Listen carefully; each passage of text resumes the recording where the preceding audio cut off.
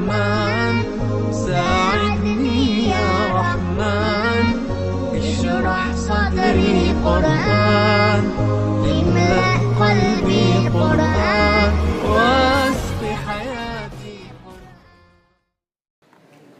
میرے والد ماجد حضرت مولانا مفتی محمد شفیع صاحب رحمۃ اللہ علیہ، اللہ تعالیٰ ان کے درجات بلند فرمائے،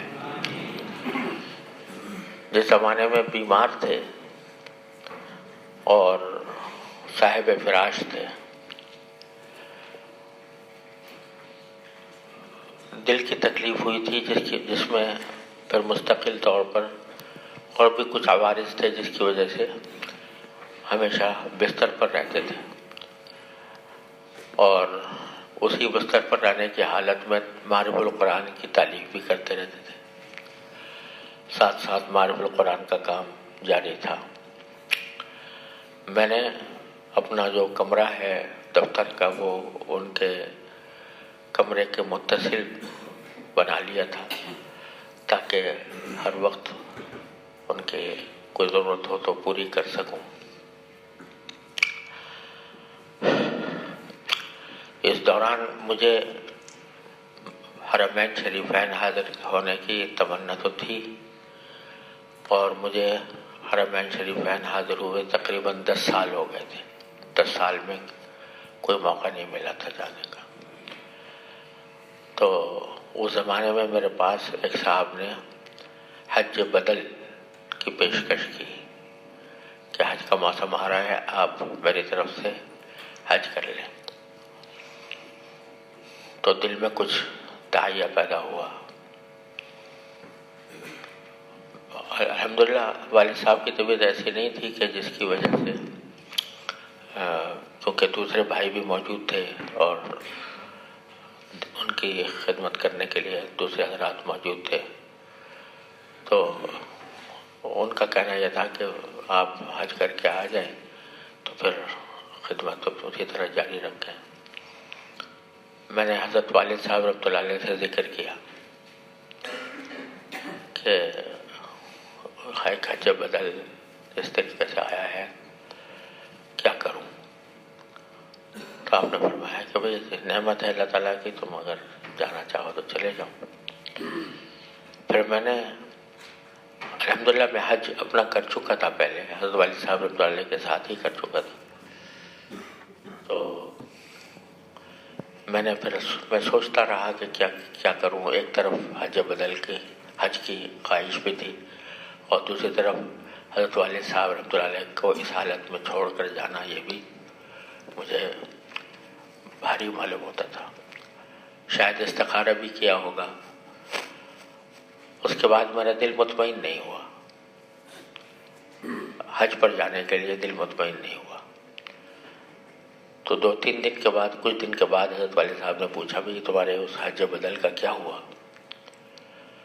تو میں نے عرض کیا کہ حضرت میں نے تو ارادہ ملتوی کر دیا۔ انہوں نے کہا کیوں کر دیا؟ تو میرے منہ سے یہ جملہ نکلا کہ ہمارا حج عمرہ تو یہیں پر ہے آپ کے پاس، ہمارا حج اور عمرہ یہی آپ کے پاس ہے۔ تو حضرت والد صاحب رحمۃ اللہ علیہ میرے اس بات سے بہت خوش ہوئے اور کہا کہ تم نے صحیح فیصلہ کیا، اور انشاءاللہ اللہ تعالیٰ تمہیں اتنا لے جائیں گے پھر کہ یعنی مجھے الفاظ صحیح یاد نہیں رہے، لیکن وہ حاصل اس کا تھا کہ اتنا جانا ہوگا کہ لوگ رقص کریں گے۔ اس کے بعد حضرت والد صاحب کی وفات ہو گئی۔ وفات کے بعد سے آج تک کوئی سال ایسا نہیں گزرا جس میں 2-3 مرتبہ کم از کم حاضری نہ ہوئی ہو۔ اور اب صورتحال یہ ہے کہ میرے کچھ اداروں سے وہاں تعلقات ہو گئے ہیں، تو اس کی وجہ سے ہر دوسرے تیسرے مہینے حاضری ہوتی رہی۔ پچھلے دنوں بیماری کی وجہ سے نہیں جا سکا تھا 2-3 مہینے، اس میں بھی 2 مرتبہ مکہ مکرمہ حاضر ہونے کی توفیق ہوئی۔ لیکن اب میں یہ کرتا ہوں کہ 1 مرتبہ کوشش کرتا ہوں کہ مکہ مکرمہ میں حاضری ہو جائے، دوسری مرتبہ مدینہ طیبہ میں۔ اب مدینہ طیبہ حاضر ہوئے مجھے تقریباً 8 مہینے ہو گئے تھے، 8 مہینے سے میری حاضری نہیں ہوئی تھی۔ تو اللہ تبارک و تعالیٰ نے اس کا اب اس انتظار میں تھا کہ ششمائی امتحان آ جائے، تو اس وقت فراغت کا وقت ہوگا تو اس وقت اطمینان سے کسی وقت حاضر ہوگا. تو اللہ تبارک و تعالیٰ نے اس کا انتظام کر دیا، اور عین اسی زمانے میں مجھے دعوت آئی اور الحمدللہ وہاں جانے کا موقع ملا.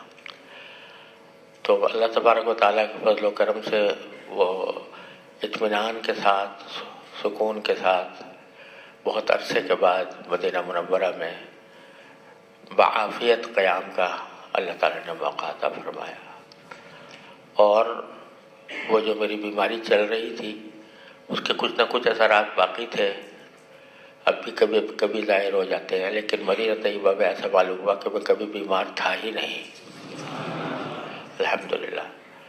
اور اس کی وجہ سے اطمینان کے ساتھ، عافیت کے ساتھ اللہ تعالیٰ نے رہنے کا موقع عطا فرمایا.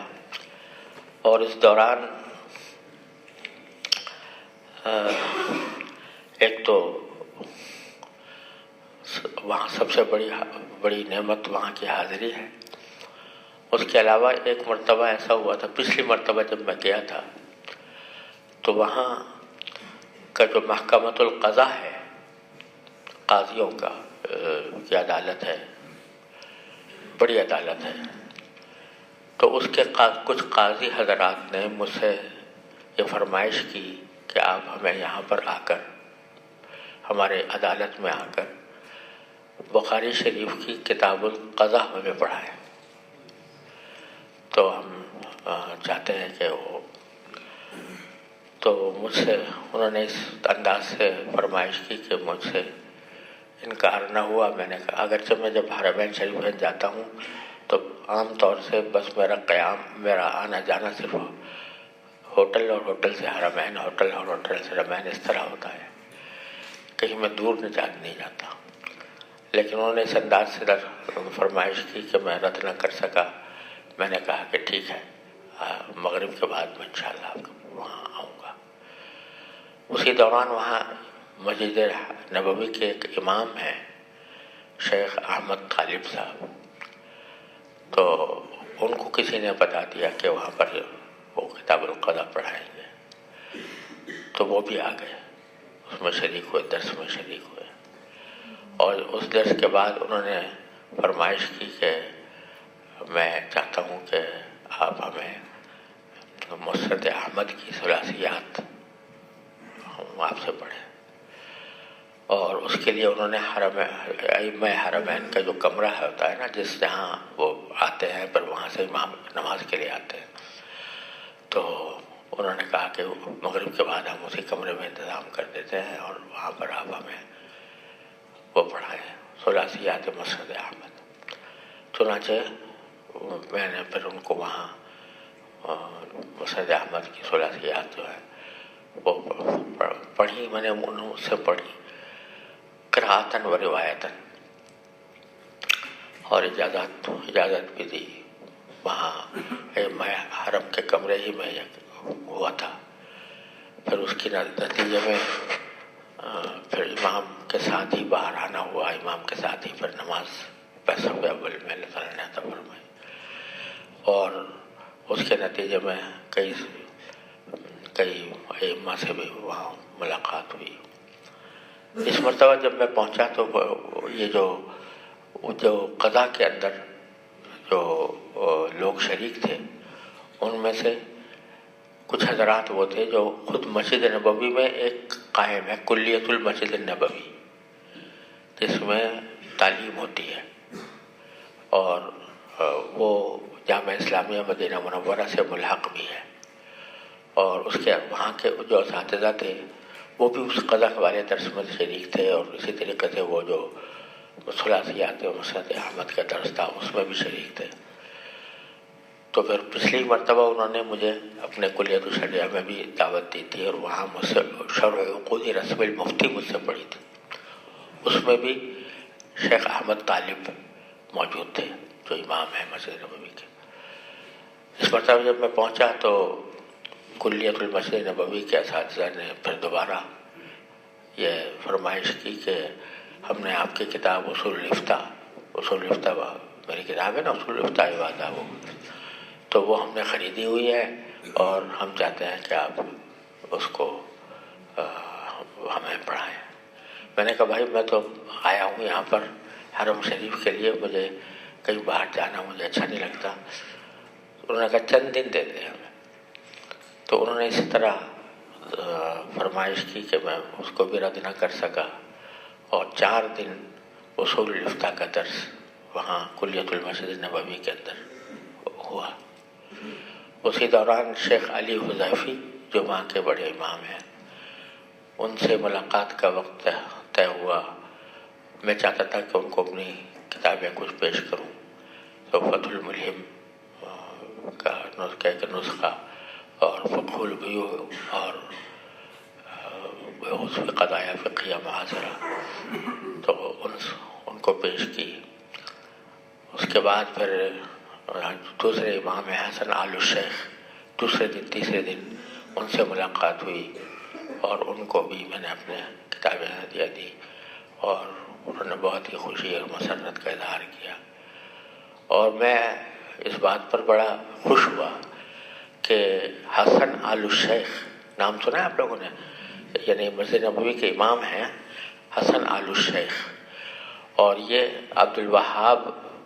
شیخ عبد الوہاب نجدی، جن کی طرف منسوب کر کے ہمیں لوگ وہابی کہتے ہیں نا، تو شیخ عبد الوہاب نجدی کے وہ پوتے یا پڑ پوتے ہیں یہ حسن آل الشیخ۔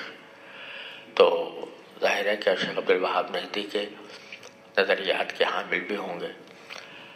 تو جب میں نے ان سے المدونہ کا ذکر کیا، المدونہ الجامعہ جو ہماری طرف سے ہوا، تو اس پر انہوں نے بہت ہی غیر معمولی مسرت کا اظہار کیا، کہا کہ ایسا تو کام آج تک دنیا میں کبھی نہیں ہوا جو آپ نے کر رہے ہیں۔ تو میں تو بہت خوش ہوا اس کو سن کر۔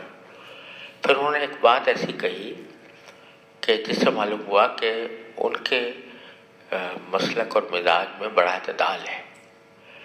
انہوں نے کہا کہ میں نے حنفیہ کی کتابیں پڑھی ہیں، اور حنفیہ کی کتابوں میں حنفیہ کو عام طور سے لوگ اصحاب الرائے کہتے ہیں، لیکن حقیقت میں نے دیکھا کہ حنفیہ کی کتابوں میں بہت سی ایسی حدیثوں کے حوالے آتے ہیں جو ہمیں دوسری کتابوں میں نہیں ملتی۔ تو اس واسطے ان کی جو کتابیں ہیں، وہ کتابوں میں جو حدیثیں آئی ہیں، میں سمجھتا ہوں کہ کیونکہ یہ کہنا غلط ہے ان کے بارے میں، حنفیہ کے بارے میں، کہ وہ رائے اور قیاس پر عمل کرتے ہیں۔ ان کا استناد بھی کسی نہ کسی حدیث پر ہوتا ہے، تو وہ احادیث بھی اگر آپ جمع کریں تو یہ بہت اچھا ہوگا، تاکہ حنفیہ کے جو مستدلات ہیں وہ بھی جمع ہو جائیں۔ اس سے مجھے بڑی خوشی ہوئی کہ ماشاءاللہ وہ شیخ عبد الوہاب نجدی کے پڑ پوتے ہیں، اور اس کے باوجود انہوں نے اس کا اظہار کیا۔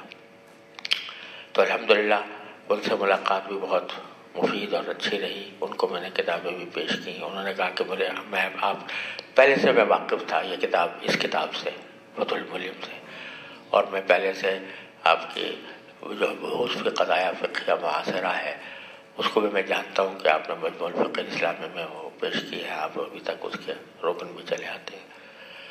تو بڑی بیچاروں نے ہمت افزائی کی۔ اس کے علاوہ یہ ہوا کہ وہاں جب میں پہنچا تو جامعہ طیبہ، وہاں پر ایک تو جامعہ اسلامیہ ہے نا، ایک جامعہ طیبہ ہے۔ وہ جامعہ طیبہ کے اندر انہوں نے کلیۃ المسجد النبوی کے جو اساتذہ ہیں، انہوں نے ایک دورہ شروع کر رکھا تھا المعایر الشرعیہ کا۔ المعایر الشرعیہ تو جانتے ہیں نا آپ، تو ان کا ایک دورہ شروع کیا ہوتا، 6 مہینے سے اس کی تدریس ہو رہی تھی وہاں۔ تو وہاں اس کا آخری دن تھا، آخری درس کا۔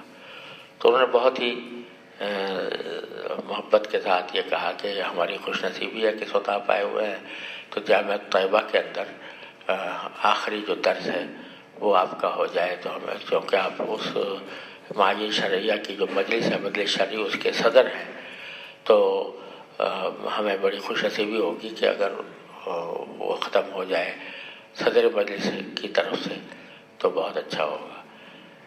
تو میں نے اس کو بھی عشاء کے بعد میں وہاں پر گیا۔ میں نے کہا کہ بشرط کہ آپ مختصر کام کریں، زیادہ لمبا نہ کریں۔ تو وہاں پر بھی ماشاءاللہ تمام جامعہ اسلامیہ کے اساتذہ، جامعہ طیبہ کے اساتذہ اور جدہ سے آئے ہوئے بہت سے علماء، مکہ مکرمہ سے آئے ہوئے علماء وہاں موجود تھے.